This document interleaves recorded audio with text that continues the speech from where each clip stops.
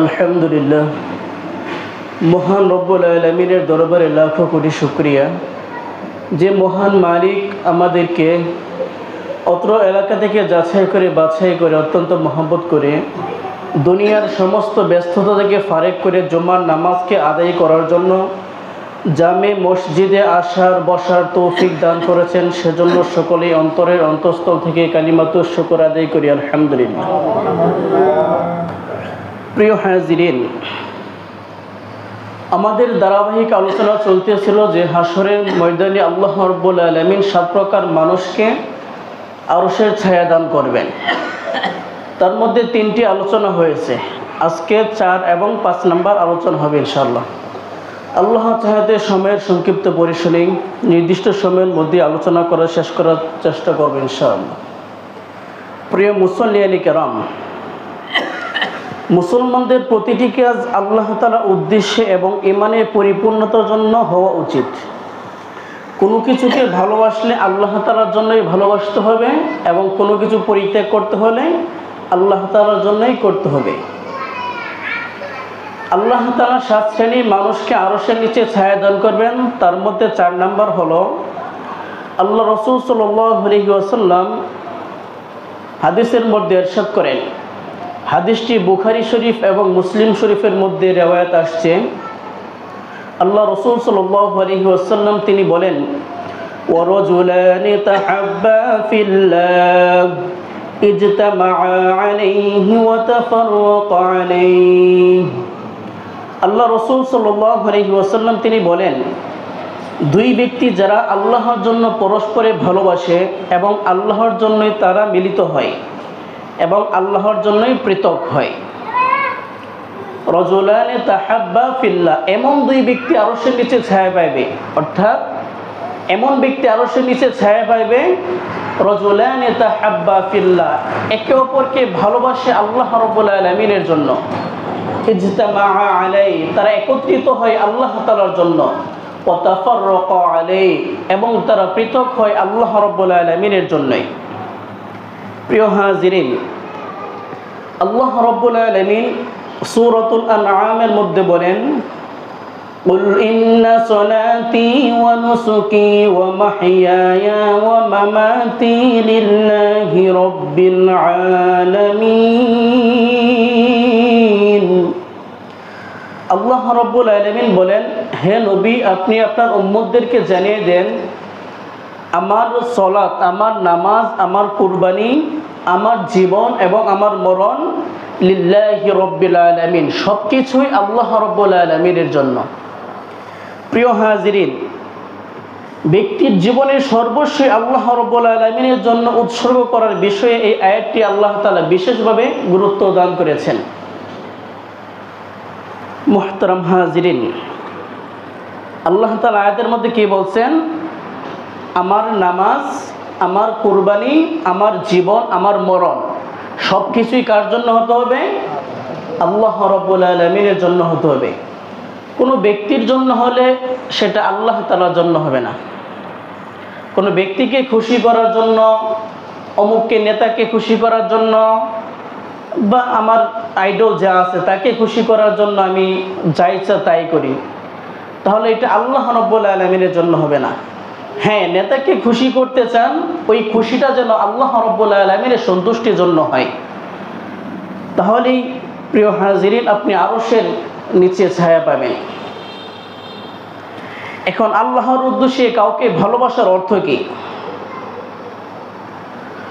কোনো দিনদার বা কোনো আল্লাহওয়ালা মানুষকে তার দিনদারির কারণে, তার আমানতদারির কারণে তাকে ভালোবাসা, এটাই হলো আল্লাহ রাব্বুল আলামিনের সন্তুষ্টির জন্য ভালোবাসা। এটা হলো আল্লাহ তাআলার ভালোবাসার নমুনা। আর আল্লাহর জন্য ঘৃণা করা, এটা হলো যে আপনি কোনো ব্যক্তি সে আল্লাহ রাব্বুল আলামিন এবং আল্লাহ রাসূলের হুকুম পালন করে না, আল্লাহ রাসূলের মহব্বত তার অন্তরে নাই, বরং সে প্রতিটা ক্ষেত্রে আল্লাহ রাসূলের সুন্নতের বিরোধিতা করে, আল্লাহ তাআলার যে সমস্ত নিয়ম কানুন রয়েছে সেগুলোর বিরোধিতা করে, এমন ব্যক্তিকে আপনি ঘৃণা করেন, অন্তর থেকে ঘৃণা করেন, তাহলে এই ঘৃণাটা হবে আল্লাহ তাআলার জন্য।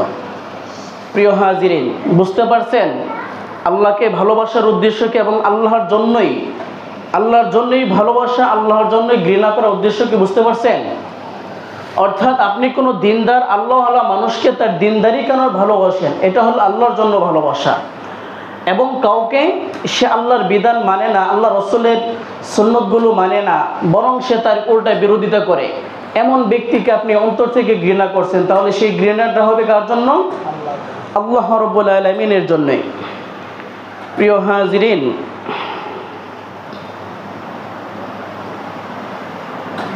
যদি এই ভালোবাসা, এই ঘৃণাটা আল্লাহ রাব্বুল আলামিনের জন্যই হইতে পারে, তাহলে আপনি আরশের ময়দানে এই কঠিন অবস্থা যখন হবে, এই কঠিন অবস্থার মধ্যে আল্লাহ রাব্বুল আলামিনের আরশের ছায়া আপনি পাবেন।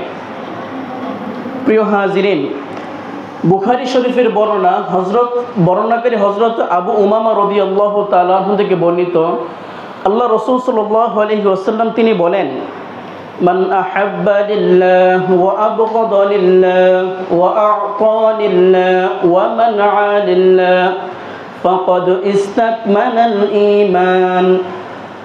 আল্লাহ রাসূল সাল্লাল্লাহু আলাইহি ওয়াসাল্লাম বলেন, মান আহাব্বা লিল্লাহ, যে ব্যক্তি কাউকে আল্লাহর জন্যই ভালোবাসে, ও আবগাদা লিল্লাহ, এবং আল্লাহর জন্যই ঘৃণা করে, ও আ'তা লিল্লাহ, এবং তাকে কোনো কিছু দান করলে সেটা আল্লাহর জন্যই করে, ও মানআ লিল্লাহ, এবং কোনো কিছু নিষেধ করলে সেটা আল্লাহর জন্যই করে, ফাকাদ ইসতাকমালাল ঈমান। যদি তার মধ্যে 4টি গুণ থাকে তাহলে মনে করবা ফাকাদ ইসতাকমালাল ঈমান, সে পরিপূর্ণ ঈমানদার হতে পেরেছে, তার ঈমানটা পরিপূর্ণ হলো। 4টা গুণ কি কি? আহাব্বা লিল্লাহ, কাউকে ভালোবাসবো কার জন্য? আল্লাহর জন্য। কাউকে ঘৃণা করবো কার জন্য? আল্লাহর জন্য। কাউকে কোনো কিছু দান করবো কার জন্য? আল্লাহর জন্য। এবং কাউকে কোনো কিছু থেকে নিষেধ করবো, মানে বাধা প্রদান করবো, সেটা কার জন্য? আল্লাহ রাব্বুল আলামিনের জন্যই। যার মধ্যে এই 4টা গুণ থাকবে, আল্লাহ রাসূল সাল্লাল্লাহু আলাইহি ওয়াসাল্লাম বলেন, ফাকাদ ইসতাকমালাল ঈমান, তার ঈমানটা পরিপূর্ণ হয়ে গেল। প্রিয় হাজিরিন, আল্লাহ রাব্বুল আলামিন পবিত্র কালামুল্লাহ শরীফের মধ্যে বলেন, ইন্নামাল মুমিনুনা ইখওয়া। আল্লাহ রাব্বুল আলামিন বলেন, মুমিনগণ পরস্পর হলো ভাই ভাই। মুমিন তারা পরস্পর ভাই ভাই, অর্থাৎ ভাইয়ের সাথে আমার সম্পর্ক যেমন, অন্য মুমিন মুসলমান ভাইয়ের সাথে আমার সম্পর্ক তেমনই হবে।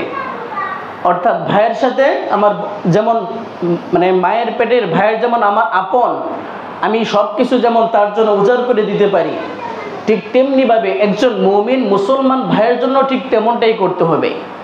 এটা আল্লাহ রাব্বুল আলামিনের আদেশ। প্রিয় হাজিরিন, মুয়াত্তা মালিক দাওরায়ে হাদিসের একটি কিতাব আছে। উক্ত কিতাবের বর্ণনা আল্লাহ রাসূল সাল্লাল্লাহু আলাইহি ওয়াসাল্লাম তিনি ইরশাদ করেন, অর্থাৎ আল্লাহ তাআলা ইরশাদ করেন যে সমস্ত হাদিস আল্লাহ তাআলার বর্ণনা দিয়ে আসে, এটাকে হাদিসে কুদসি বলা হয়। কি বলা হয়? না, আল্লাহ রাসূল নিজে বলছেন, মানে আল্লাহ রাসূলের মুখে বর্ণনা করছেন, কিন্তু আল্লাহ তাআলা আদেশ করছেন। একটা হলো কোরআন শরীফ, যেটা সরাসরি আল্লাহ রাব্বুল আলামিনের কথা, যেটা সরাসরি জিবরিল আলাইহিস সালাতু ওয়াস সালামের মাধ্যমে আল্লাহ রাসূলের উপর নাজিল করেছেন। আরেকটা হলো যে আল্লাহ তাআলা সরাসরি আয়াত নাজিল করেন নাই, বরং অন্য মাধ্যমে আল্লাহ রাসূল সাল্লাল্লাহু আলাইহি ওয়াসাল্লামকে আল্লাহ রাসূল সাল্লাল্লাহু আলাইহি ওয়াসাল্লামের মাধ্যমে বর্ণনা করেছেন, সেটাকে বলা হয় হাদিসে কুদসি। আল্লাহু তাআলা, আল্লাহ তাআলা বলেন, ওয়াজাবাত মুহাব্বাতাই লিল মুতাহাব্বিনা ফি, অর্থাৎ কোনো মুসলমান যদি অপর মুসলমানকে আল্লাহর জন্য ভালোবাসে, তাহলে আল্লাহ তাআলা বলেন আমি, মানে তাকে ভালোবাসা আমার জন্য ওয়াজিব হয়ে যায়। প্রিয় হাজিরিন, তাহলে কি এক মুসলমান ভাই অপর মুসলমান ভাইকে ভালোবাসা উচিত না? সেই ভালোবাসাটা হবে কার জন্য? আল্লাহ তাআলার জন্য। কোনো ব্যক্তিকে খুশি করার জন্য না, কোনো লৌকিকতার জন্য না। হ্যাঁ, আপনি তাকে মহব্বত করেন, সেটা আল্লাহর জন্য হতে হবে। আপনি তার সাথে একটু মনোমালিন্য, তাকে কোনো কিছুর জন্য বাধা প্রদান করেন, সেটা আল্লাহ তাআলার জন্যই হতে হবে। যদি এই ভালোবাসাটা আল্লাহ তাআলার জন্য হয়, তাহলে আল্লাহ রাব্বুল আলামিনের ওয়াদা যে আল্লাহ রাব্বুল আলামিন আপনাকে ভালোবাসবেন। প্রিয় হাজিরিন, আবু দাউদ শরীফের বর্ণনা, হযরতে মুআজ ইবনে জাবাল রাদিয়াল্লাহু তাআলা আনহু তিনি বলেন যে একবার রাসূল সাল্লাল্লাহু আলাইহি ওয়াসাল্লামকে তিনি বলেন, ইন্নী উহিব্বুকা ফিল্লাহ, যে হে আল্লাহর রাসূল, আমি আপনাকে আল্লাহর জন্যই ভালোবাসি। আল্লাহ রাসূল সাল্লাল্লাহু আলাইহি ওয়াসাল্লাম সাথে সাথে উত্তর দিলেন, উহিব্বুকাল্লাযী আহবাবতানি লাহু। আল্লাহ রাসূল বলেন, যার জন্য তুমি আমাকে ভালোবাসো আমি তাকেই ভালোবাসি। অর্থাৎ তুমি যে আল্লাহ তাআলার জন্য ভালোবাসো, আমাকে যে ভালোবাসো, আমি সেই আল্লাহকেই ভালোবাসি। প্রিয় হাজিরিন, তাহলে উক্ত আয়াত এবং হাদিস দ্বারা প্রমাণ হলো যে আমাদের ভালোবাসা কার জন্য হতে হবে? একমাত্র আল্লাহ রাব্বুল আলামিনের জন্য হতে হবে। যার ভালোবাসা আল্লাহ রাব্বুল আলামিনের জন্য হবে, সেই ব্যক্তি হাসরের ময়দানে আল্লাহ রাব্বুল আলামিনের আরশের ছায়ায় ছায়া পাবেন। প্রিয় হাজিরিন, আবু হুরায়রা রাদিয়াল্লাহু তাআলা আনহু থেকে বর্ণিত, আল্লাহ রাসূল সাল্লাল্লাহু আলাইহি ওয়াসাল্লাম তিনি বলেন,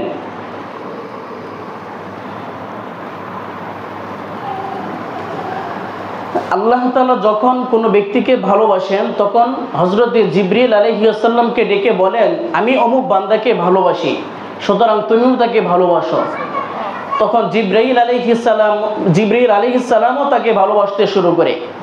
জিবরাইল আলাইহিস সালাম তিনি আসমানবাসীদেরকে এলান করতে থাকে, হে বান্দাগণ, তোমরা জেনে রাখো যে আল্লাহ রাব্বুল আলামিন স্বয়ং ওই ব্যক্তিকে ভালোবাসে। আল্লাহ রাব্বুল আলামিন যেহেতু ভালোবাসে, আমিও তাকে ভালোবাসি, তোমরাও তাকে ভালোবাসতে শুরু করো। প্রিয় হাজিরিন, অতঃপর আল্লাহ তাআলা জিবরাইল আলাইহিস সালামের এলানের মাধ্যমে আকাশের সমস্ত ফেরেশতাগণ তাকে ভালোবাসতে শুরু করে এবং এই ভালোবাসার মাধ্যমে আল্লাহ রাব্বুল আলামিন তাকে দুনিয়াতে জনপ্রিয় করেন, সম্মানিত করে দেন। আমরা যাকে সেলিব্রিটি বলি, অমুক সেলিব্রিটি, অমুক নায়ক, অমুক খেলোয়াড়, অমুক দল সেলিব্রিটি বলি না আমরা, অমুক ভাইরাল হয়েছে। প্রিয় হাজিরিন, ওই ভাইরাল এই ভাইরাল না। যে ব্যক্তি আল্লাহ রাব্বুল আলামিনকে ভালোবাসার জন্যই আল্লাহ রাব্বুল আলামিনকে ভালোবাসবে, ওই ব্যক্তি আকাশবাসীদের নিকট, ফেরেশতাদের নিকট সে জনপ্রিয় হয়ে ওঠে। এমনকি দুনিয়ার মানুষের নিকটেও সে আস্তে আস্তে জনপ্রিয় হতে থাকে, তার সম্মান আস্তে আস্তে বাড়তে থাকে।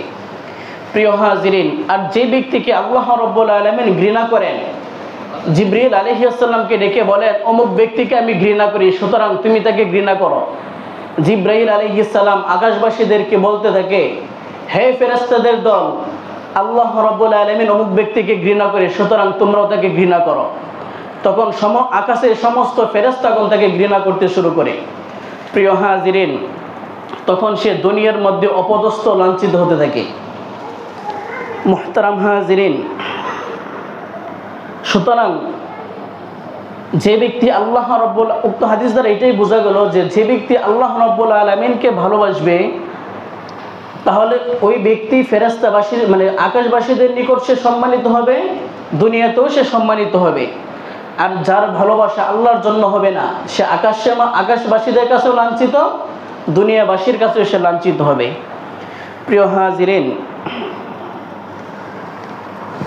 আল্লাহর সন্তুষ্টির উদ্দেশ্যে পরস্পরকে ভালোবাসতে হবে, এতে দুনিয়ার কোনো স্বার্থ থাকতে পারবে না।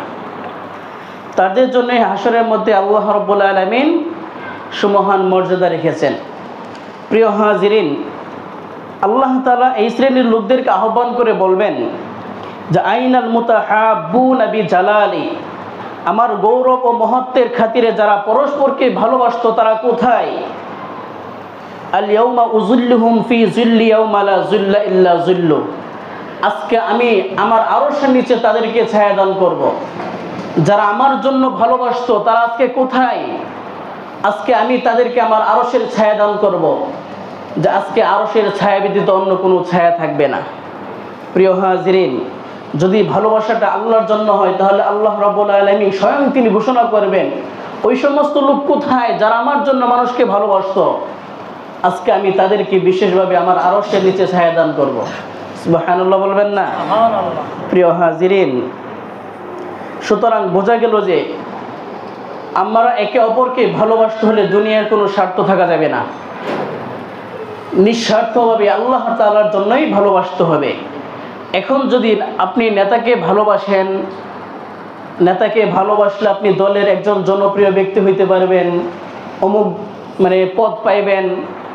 যদি এই জন্য আপনি নেতাকে ভালোবাসেন, মুহূর্ত উঠতে বইতে তাকে তেল দেওয়া শুরু করেন, পাম্প দিতে শুরু করেন, নেতা খুশি হয়ে আপনাকে অমুক একটা দলের সভাপতি বানিয়ে দিল, অমুক দলের সেক্রেটারি বানিয়ে দিল, যদি এমন ভালোবাসা হয়ে থাকে তাহলে জেনে রাখেন আল্লাহ রসুলের ওয়াদা, সে দুনিয়াতেও লাঞ্ছিত হবে, আখেরাতেও লাঞ্ছিত হবে।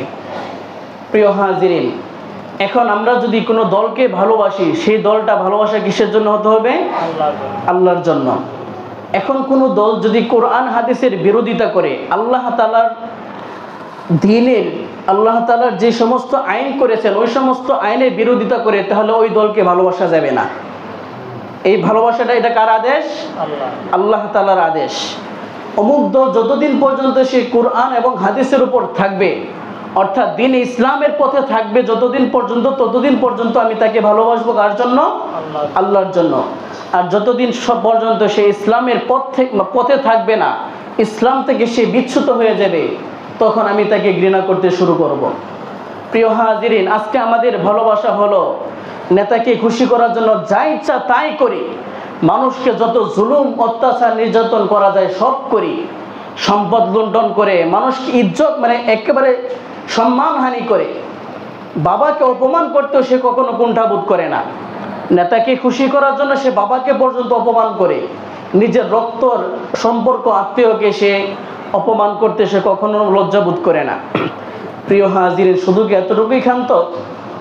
ক্ষমতার জন্য সে মানুষকে পর্যন্ত হত্যা করতে পারে। কত বড় হায়া না হলে, কত বড় চতুষ্পদ জন্তু হলে সে এমন কাজটা করতে পারে। ক্ষমতার লোভের জন্য মানুষের জীবনকে জীবন মনে করে না, একটা সামান্য পিপিলিকার জীবন মনে হয় তাদের কাছে। প্রিয় হাজিরিন, যদি এমনই হতে থাকে তাহলে মনে রাখবেন, দুনিয়াতে আল্লাহ রাব্বুল আলামিন আপনাকে অবশ্যই অপমানিত, লাঞ্ছিত করবেন। প্রিয় হাজিরিন, কি বলবো, একের পর এক ঘটনা আপনারা জানতেই আছেন। বর্তমান মিডিয়ার যুগ, আপনি যাকেই ভালোবাসেন, আপনি যেই দল করেন, আমি বিরোধিতা করার জন্য বলি না, হ্যাঁ আপনি দল করবেন, যেই দলেই করেন, ওই দলকে ভালোবাসা কার জন্য হতে হবে? আল্লাহর জন্য হতে হবে। যদি আল্লাহর জন্য ভালোবাসা না হয় তাহলে মনে রাখবেন আল্লাহ তাআলার ওয়াদা। প্রিয় হাজিরিন, আমাদের সকল ভালোবাসা যেন আল্লাহ তাআলাকে খুশি করার জন্য হয়। আমার কথায় আপনারা রাগ করেন না, আমি হাদিসের কথা বলতেছি, কোরআনের কথা বলতেছি। আপনি যাই করেন না কেন, আপনি যে দলের নেতাই হন না কেন, আপনাকে হাদিসের কথাটুকুই বলতেছি, আল্লাহ রসুলের কথা বলতেছি। আমি হয়তো একটু কঠোর ভাষায় বলে ফেলছি, কিন্তু এতে রাগ করার কিছু নেই। এটা যদি আপনি হজম করতে পারেন তাহলে জেনে রাখবেন যে আল্লাহ রাব্বুল আলামিন আরশের নিচে আপনি ছায়া পাবেন। আর যদি এতটুকু কথা হজম করার মতো আপনার শক্তি না থাকে, সামর্থ্য না থাকে, তাহলে আপনি কখনো আরশের নিচে ছায়া পাইবেন না। প্রিয় হাজিরিন, তাই সুতরাং আমাদের ভালোবাসা ততক্ষণ পর্যন্ত, দলকে, নেতাকে, ব্যক্তিকে ভালোবাসবো যতক্ষণ পর্যন্ত সে আল্লাহর পথে থাকে। আর যতক্ষণ পর্যন্ত সে আল্লাহর পথে থাকবে না, আল্লাহর পথ থেকে দূরে সরে যাবে, তখন তার প্রতি আমার কোনো ভালোবাসা থাকতে পারবে না, তার প্রতি আমার একমাত্র ঘৃণাই থাকবে। প্রিয় হাজিরিন, এই তো হলো আমাদের দুনিয়ার হাল। যার ভালোবাসা আল্লাহর জন্য হবে সেই ব্যক্তি আরশের ময়দানে আল্লাহ তাআলার আরশের ছায়া পাবেন। প্রিয় হাজিরিন, আমাদের ধারাবাহিক আলোচনা চলছিল যে আল্লাহ রাব্বুল আলামিন কাল কিয়ামতের ময়দানে কঠিন অবস্থা যখন হবে, 7 শ্রেণীর মানুষকে আরশের নিচে ছায়া দান করবেন। তার মধ্যে চতুর্থ নাম্বার কি ছিল? চতুর্থ নাম্বার ছিল যে যার ভালোবাসা একমাত্র আল্লাহর জন্য হবে। কাউকে ভালোবাসলে আল্লাহর জন্য, কাউকে ঘৃণা করলে আল্লাহর জন্যই হতে হবে। তাহলে এমন ব্যক্তি আরশের নিচে ছায়া পাবে। মুহতারাম হাজিরিন, 5 নাম্বার হলো যে পুরুষকে সুন্দরী ও মর্যাদাবান নারী কুপ্রস্তাব দেয়, কিন্তু সে বলে আমি আল্লাহকে ভয় করি। অর্থাৎ আল্লাহ রাসূল সাল্লাল্লাহু আলাইহি ওয়াসাল্লাম তিনি বলেন, ওয়ারাজুলুন দাআতহু ইমরাআতুন যাতা মানসিবিন ওয়া জামালিন ফাকালা ইন্নী আখাফুল্লাহ। অর্থাৎ কোনো সুন্দরী এবং মর্যাদাবান নারী, ধনী নারী কোনো যুবককে তাকে খুব খারাপ কাজ করার জন্য কুপ্রস্তাব দিল। এমন অবস্থায় সে যদি বলে যে আমি আল্লাহ রাব্বুল আলামিনকে ভয় করি, তাহলে এমন ব্যক্তি আল্লাহ তাআলার আরশের নিচে ছায়া পাবেন। প্রিয় হাজিরিন, আমরা সকলেই জানি হযরত ইউসুফ আলাইহিস সালাতু ওয়াস সালামের ঘটনা। ইউসুফ আলাইহিস সালামকে যখন মিশরে আজিজে মিশরের বাদশার স্ত্রী যখন সে তাকে বিভিন্নভাবে ফুসলাইতে লাগলো, তখন ইউসুফ আলাইহিস সালামের উত্তর কী ছিল? আল্লাহ তাআলা পবিত্র কালামুল্লাহ শরীফের মধ্যে এই ঘটনাটা উল্লেখ করে দিয়েছেন। আল্লাহ তাআলা বলেন, وراودته التي هو في بيتها عن نفسه وغلقت الأبواب وقالت هيت لك قال معاذ الله। আল্লাহ তাআলা বলেন, ইউসুফ আলাইহিস সালাম সম্পর্কে আল্লাহ তাআলা বলেন, অর্থাৎ ওয়ারাওয়াদাতহু আল্লাতী হুয়া ফি বাইতিহা আন নাফসিহি, তা যার করে হযরত আজিজে মিশরের বাদশার করে হযরত ইউসুফ আলাইহিস সালাতু ওয়াস সালাম তিনি থাকতেন। আল্লাহ তাআলা বলেন, যার করে তিনি ছিলেন সেই নারী তাকে নিচের দিকে প্রলুব্ধ করলো, অর্থাৎ নিচের দিকে আকৃষ্ট করতে শুরু করলো। তখন ইউসুফ আলাইহিস ওয়াগাল্লাকাতিল আবওয়াব, এবং ওই নারী সে দরজাসমূহ বন্ধ করে দিল। বন্ধ করে দেওয়ার পর ওয়াকালাত হাইতা লাক, অর্থাৎ মানে আজিজে মিশরের স্ত্রী বলতেছে তুমি আমার দিকে আসো, অর্থাৎ তার সাথে খারাপ কাজ করার জন্য ইউসুফ আলাইহিস সালামকে সে ফুসলাতে শুরু করলো, দরজা জানালা সব কিছু বন্ধ করে দিল। তখন ইউসুফ আলাইহিস সালামের উত্তর কী ছিল? ক্বালা মাআযাল্লাহ, আল্লাহ আমাকে, আমি এই থেকে আল্লাহ তাআলার নিকট আশ্রয় প্রার্থনা করি, অর্থাৎ আমি আল্লাহকে ভয় করি। আমি যেই মালিকের ঘরে বসবাস করতেছি ওই মালিকের স্ত্রীর সাথে খেয়ানত করব, তা কখনোই হইতে পারে না। এটা তো হলো দুনিয়ার একটা আমানত। আর একটা আমানত তিনি বলেন মাআযাল্লাহ, আমি আল্লাহ তাআলার নিকট আশ্রয় প্রার্থনা করি, আমি আল্লাহকে ভয় করি, আমি এমন কাজ কখনো করতে পারবো না। প্রিয় হাজিরিন, যখন এমন অবস্থা হইল তখন তো পরের ঘটনা তো আমরা সকলেই জানি যে আজিজে মিশরের বাদশা সে জানতো যে তার স্ত্রী খারাপ, সে ইউসুফকে নিজের দিকে ফুসলাইতে শুরু করছে। সবাই জানতো, জানার পরেও বাদশার মান সম্মানের দিকে তাকাইয়া বাদশা নিরপরাধ নির্দোষ হযরত ইউসুফ আলাইহিস সালামকে কারাগারে দিয়েছেন। 7 বছর পর্যন্ত তিনি কারাগারে ছিলেন, বিনা দোষে 7 বছর ইউসুফ আলাইহিস সালাম জেল কাটছেন।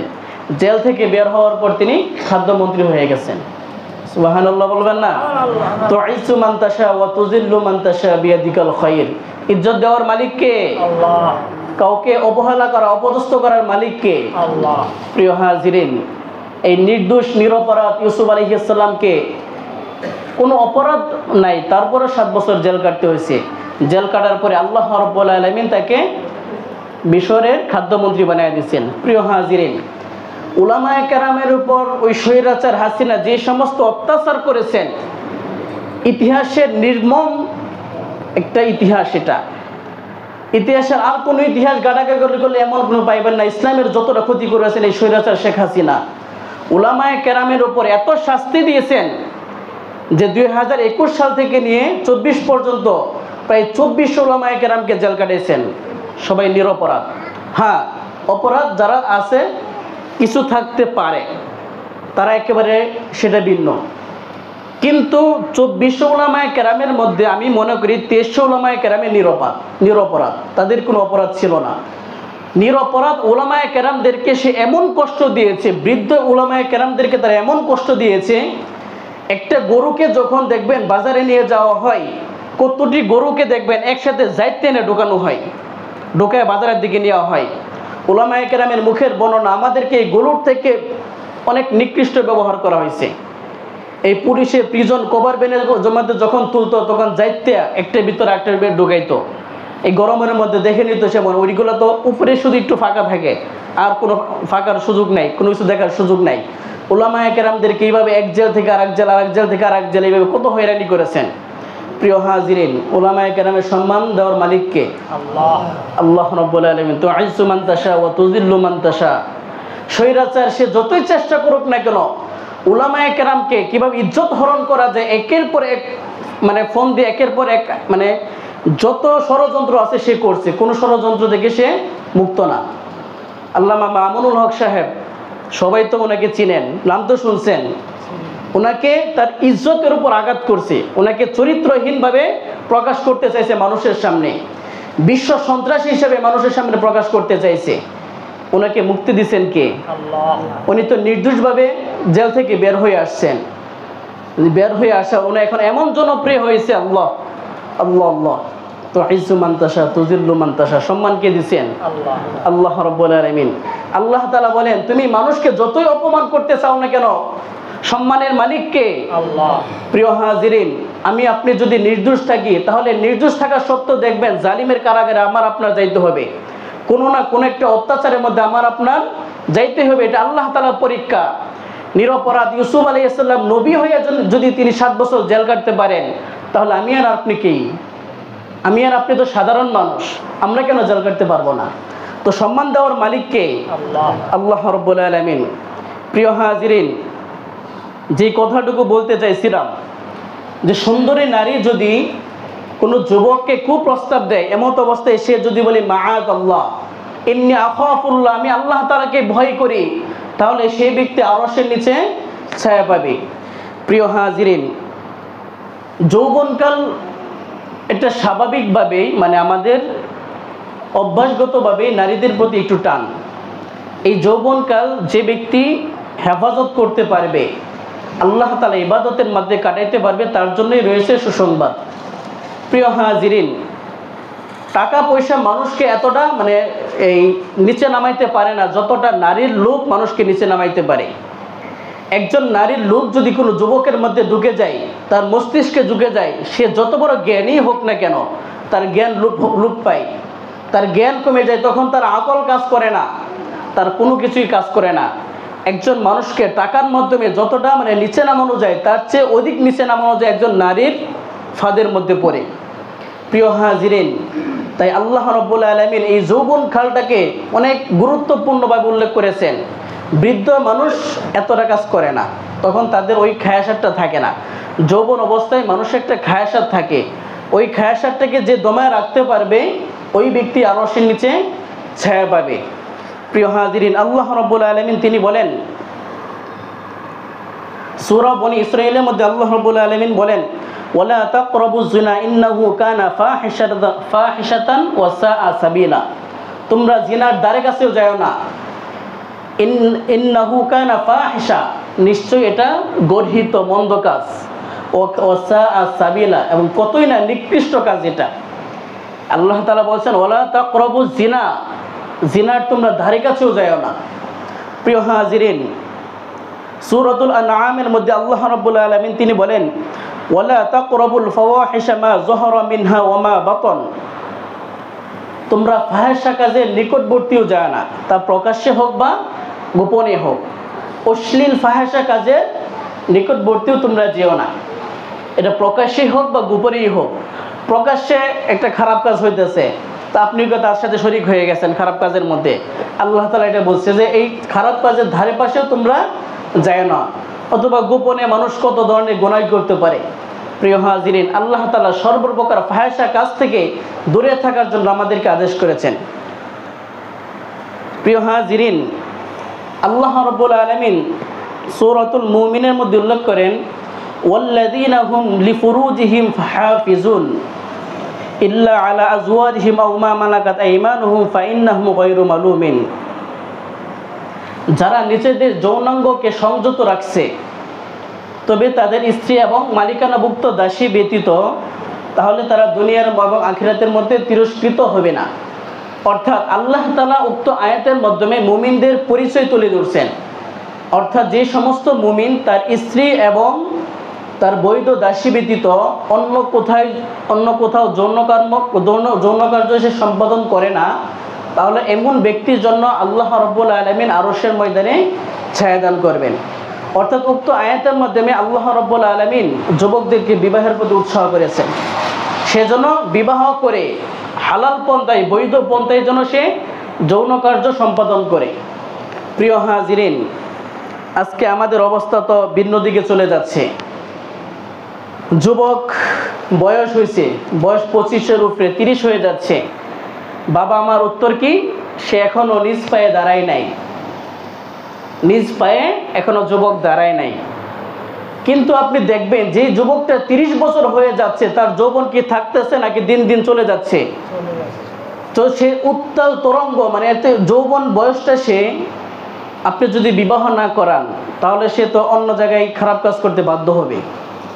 প্রিয় হাজিরেন, আজকে আমাদের সমাজটা এমন হলো, যদি আমরা 18 নিচে যদি কোনো সন্তান কোনো অবৈধ রিলেশন করে, অবৈধ কোনো সম্পর্ক করে পালায়া যায়, তখন এটা আমরা কি কোনো কিছু মনে করি না। আমরা স্বাভাবিক গার্লফ্রেন্ড, স্কুল ফ্রেন্ড যাইতেই পারে, ঘোরাফেরা করতেই পারে। প্রিয় হাজিরেন, আজকে ছেলে মেয়ে পলায়ন করে ভাগ্যে চলে যায়, এটা আমাদের কাছে মনে হয় না। কিন্তু একটা সন্তান যদি 18 আগে বিয়ে করে, তাকে বাল্য বিবাহ বলে তাকে মামলা করা হয়।